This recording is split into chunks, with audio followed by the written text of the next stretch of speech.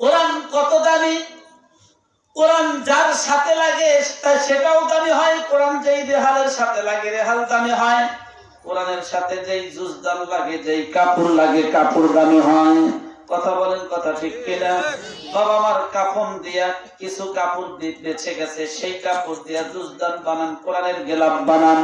এই গেলাপটা যদি হাতে থেকে পড়ে যায়, এই গেলাপটা শুধু ঝাড়া দেন না, চুমাও দেন। অথচ শরীরের মধ্যে আপনার 200 টাকা 300 টাকা 500 টাকা গজের কাপড়, এই কাপড়টা যদি এই জামাটা যদি পরে যায়, বেশির বেশি ঝাড়া দেন, এই জামাটা কিন্তু চুমা দেন না। কোরআনের কাপড়ের দাম বাড়াইলেন কে? কোরআনের সাথে থাকার কারণে কোরআনের কাপড়ের দাম বাড়ছে। এই কোরআন যেই রাত্রিতে অবতীর্ণ হয়েছে, এই রাত্রি তার দাম বেড়েছে।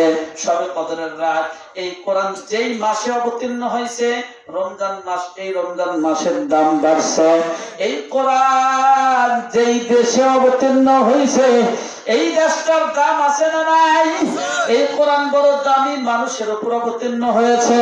তিনি আমাদের পয়গম্বর বিশ্বনবী মুহাম্মদুর রাসূলুল্লাহ। এই কোরআনের যেই ধারক হবে, যেই বাহক হবে, আল্লাহ বলেন ইয়ারফাইল্লাহুল্লাযীনা আমানু মিনকুম ওয়াল্লাযীনা উতুল ইলমা দারাজাত।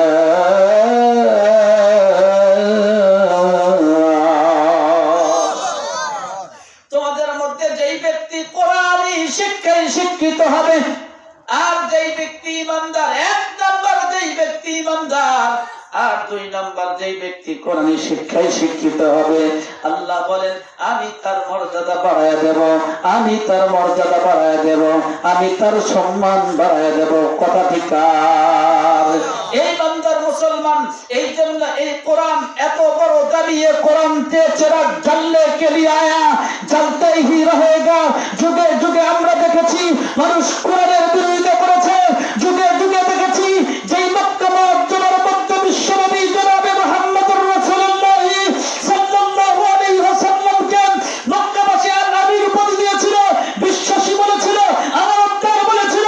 এই কোরআন যখন অবতীর্ণ হওয়া শুরু হয়েছে, বিশ্বনবী জনাবে মুহাম্মদুর রাসূলুল্লাহ সাল্লাল্লাহু আলাইহি ওয়াসাল্লাম যখন কোরআনের কথা বলেছেন, তখন মক্কা মুআজ্জামার লোকেরা বিশ্বনবীর বিরোধিতা করা শুরু করেছে, শত্রুতে পরিণত হয়ে গিয়েছিল। যারা বলেন কথা ঠিক কিনা?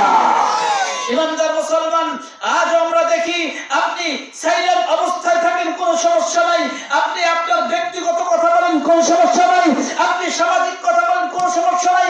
কিন্তু কোরআনের কথা বলবেন, আপনার বিরোধিতা শুরু করবে মানুষ। যারা বলেন কথা ঠিক কিনা?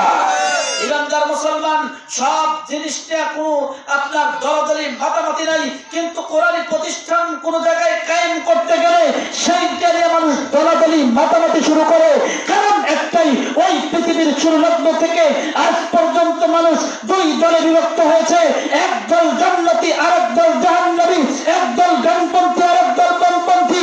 বামপন্থীরা কোনদিনও কোরআনের পক্ষে সাপোর্ট করতে পারে না। যারা বলেন কথা ঠিক কিনা?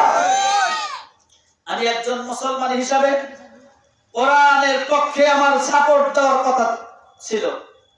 কথা কয় না? কোরআনের পক্ষে সাপোর্ট করার কথা ছিল।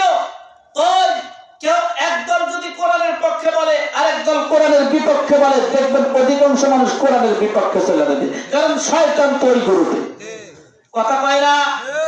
ইমানদার মুসলমান, এই জন্য এই কোরআনের বিরোধিতা যুগে যুগে মানুষ করছে, কোন সময় কামিয়াব হতে পারবে না। পারছে কি? কোরআনের বিরোধিতা করেছিল নমরুদ। নমরুদকে আল্লাহ রাব্বুল আলামিন মশা দ্বারা এই নমরুদকে এমন শাস্তি দিয়েছিল। নমরুদ এই আপনার নাক দিয়ে, নমরুদের নাক দিয়ে মশা, লেগড়া মশা ঢুইকা মস্তকের মধ্যে একটা আঘাত করে। ওদিকে নমরুদ কয়, আরে এত কষ্ট আমার, জুতা দিয়া পিটা। সুবহানাল্লাহ। কোন যখন জুতা দিয়া পিটাই তখন মশা এই কামড়ানো বন্ধ করে, ওরা গুটাগুটি বন্ধ করে। এইবার নমরুদ কয় যে আরো পিটা রে, যত পিটাইস তত শান্তি লাগে। আল্লাহ রাব্বুল আলামিন এমন কৌশল অবলম্বন করলেন।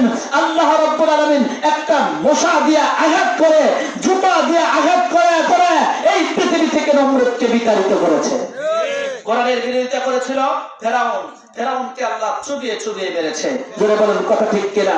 আমরা দেখেছি কিছুদিন পূর্বেও বাংলাদেশে যখন কোরআনের বিরোধিতা করা শুরু করেছে, বাংলাদেশের মধ্যে ওলামা একরামকে যখন ফাঁসির কাস্টিতে ঝুলানো শুরু করেছে, ওলামা একরামকে জিন্দান খানার মধ্যে, জেলখানার মধ্যে বন্দী করা শুরু হয়েছিল, তখন এই বাংলাদেশের ছাত্র জনতার মাধ্যমে বাংলাদেশ থেকে কোরআনের অপশক্তিদেরকে বিদেশে বিতাড়িত করতে বাধ্য হয়েছে। জোরে বলুন কথা ঠিক কিনা? এজন্য কোরআন এ চিরাগ জ্বললে ক্লিয়ার আয়া জ্বলতে হি রহেগা। কোরআন এমন একটা চিরাগ, এমন একটা সূর্য, এই কোরআনকে কেউ ধাক্কা দিলে, ওই সূর্যকে ধাক্কা দিলে যেরকম সূর্যের কিচ্ছু হবে না, যে সূর্যকে ধাক্কা দেয় ওই ব্যক্তির অস্তিত্ব বলতে কোনো কিছু থাকে না। কোরআনী প্রতিষ্ঠানকে নিয়ে তুমি ষড়যন্ত্র করো, কোরআনকে নিয়ে তুমি ষড়যন্ত্র করো, কোরআনকে যদি ধাক্কা দিতে চাও, কোরআনের কোনো কিছু হবে না, কোরআনী প্রতিষ্ঠানের কোনো কিছু হবে না, তোমার অস্তিত্ব বলতে কোনো কিছু থাকবে না। কথা ঠিক কিনা? এই জন্য কোরআনের পক্ষে, কোরআনের প্রতিষ্ঠানের পক্ষে, যেখানে কোরআনের একটা বক্তব্য কায়েম হয়, এর পক্ষে কে কে থাকবেন? দুই করে হাত তুলে দেখান। লিল্লাহি তাকবীর, নারায়ে তাকবীর। আল্লাহ সবাইকে কবুল করুন, সকলেই বলেন আমিন।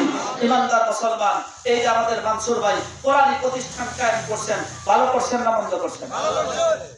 আরে কিয়ামত পর্যন্ত যাচাই খায়ের পাবে। আজকে 8 জন শিক্ষার্থীকে কোরআনী শিক্ষায় শিক্ষিত করলো, কোরআনের প্রথম সবক প্রদান করলো।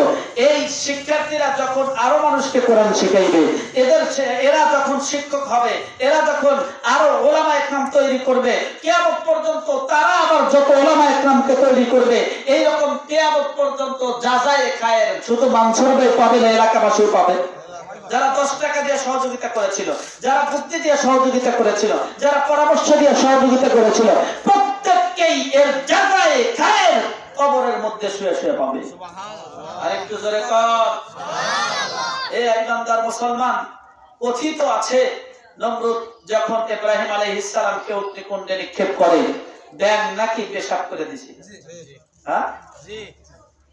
আর ওদিকে টিকটিকি একটা খড়ি নিয়ে গেছিল, ব্যাঙের পেশাবে কি আর আগুন নিব? আর টিকটিকি ওই খড়ি দিয়ে কি আগুন কতটুকু আর জ্বলবো পান? কিন্তু ওই নবীর পক্ষে একজন অবস্থান করেছিল ব্যাঙ, যার কারণে ব্যাঙের পেশাব হারাম না, নাপাক না। সুবহানাল্লাহ। ব্যাঙের পেশাব কিন্তু হারাম না, ব্যাঙের পেশাব লাগলে আপনি নাপাক হবেন না। ওদিকে টিকটিকিকে মারলেও সব। সুবহানাল্লাহ। একজন কোরআনের পক্ষে আর একজন কোরআনের বিপক্ষে, তেমন কিছু করতে পারবে না। কোন কোন মানুষ আছে কোরআনের বিপক্ষে, কোরআনের প্রতিষ্ঠানের বিপক্ষে অবস্থান করে প্রতিষ্ঠানের কিচ্ছু করতে পারবে না, কিন্তু আল্লাহ রাব্বুল আলামিন কিয়ামতের ময়দানে তোমাকে নমরুদ